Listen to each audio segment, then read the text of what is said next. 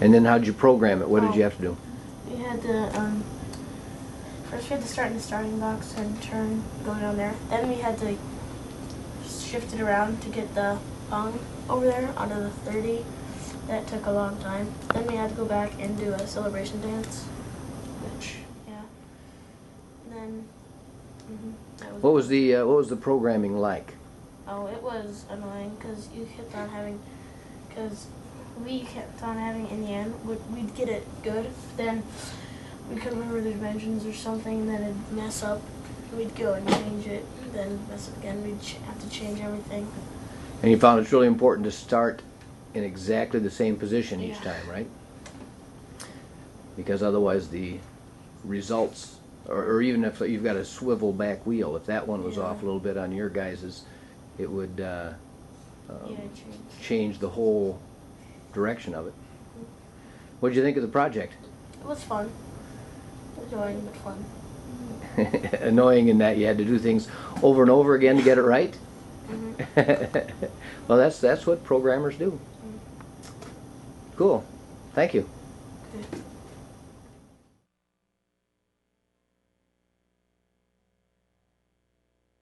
Because you had it on both wheels.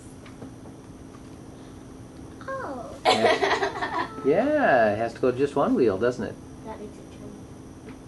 That would make it different. You got to remember to adjust that.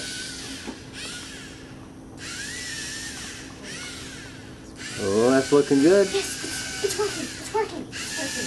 It's working. Yes, this back wheel's on there. Yes, yes. You're the champion. You are Squirt. Go Squirt, you can do it. I know you can. Oh yeah. There's still a hold on. Hold on.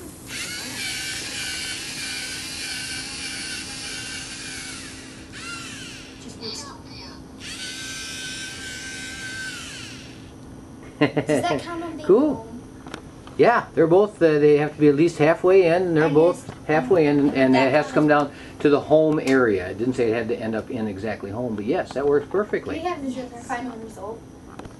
What was the project? This was called what? The push pong. Okay, Pong Push. And what was the object of the game? To get the robot to push both pongs over to the highest point area. Which is? 30. The 30. Okay. So they could get a high score and win the game.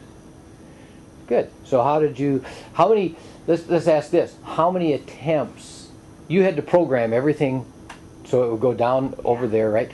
How many attempts do you think it took you? I know you don't know exactly, but could you make a guess? A lot. Maybe like 50. More than that, probably. More than I can count or remember. 50, 60, would you say it'd be 50, 60, 70, somewhere in there? Yeah. And each time then you had to go back and reprogram, tweak the program a little bit, didn't you, to get it so that it would work on the game board. I don't know what else we're going to call that. It's a game board, I guess, because the whole object was to get as many points as possible.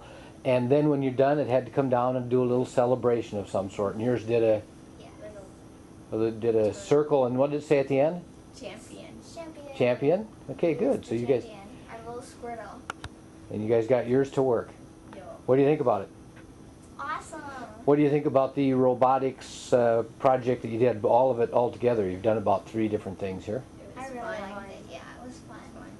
Good, good. Thank you very much.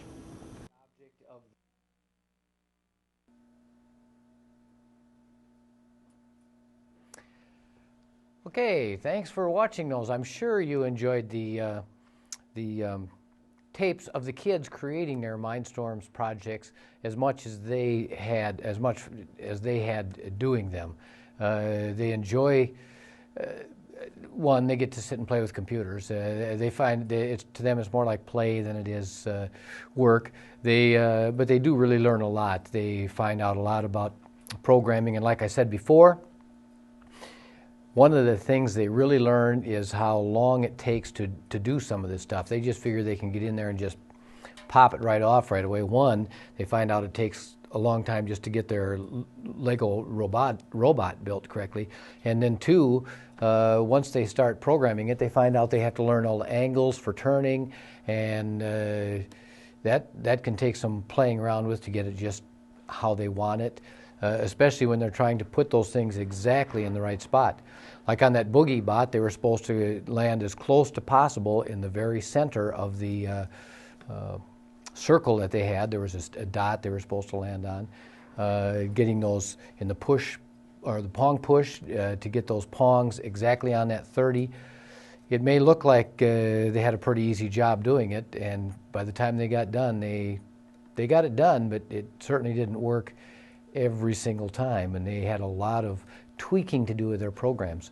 So they really enjoyed it. They learned a lot doing it. This is just one of the projects that the kids do as independent studies.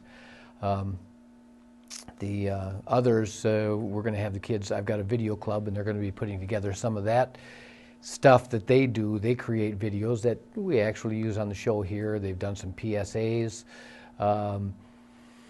created, I think we had 2 or 3 shows on all of last season that the kids wrote, directed, videotaped, edited on the computer on the Mac, and did all the work themselves.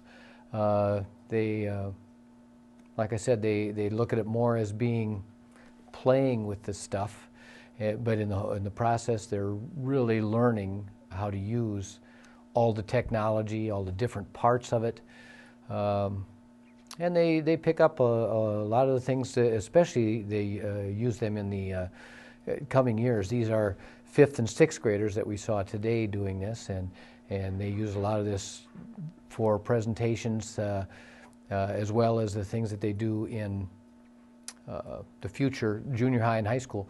I know some of the kids that have done this in the past are on the first Lego leagues, and that they get into in junior high, and I know they're doing it at the high school now also, where they're building robotics and have certain specific projects that they have to do.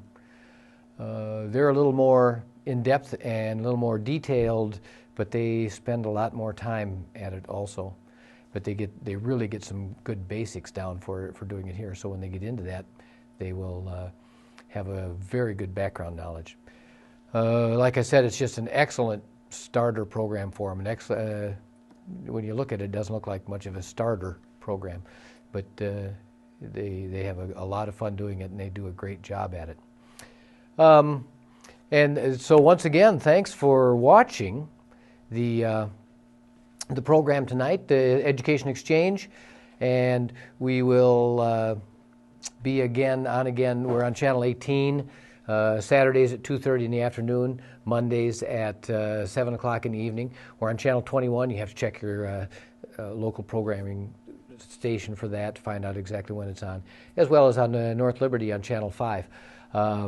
So I hope you enjoyed tonight's show. I know the kids enjoyed putting it together, and we hope to see you back watching the show again. Thanks a lot. See you later.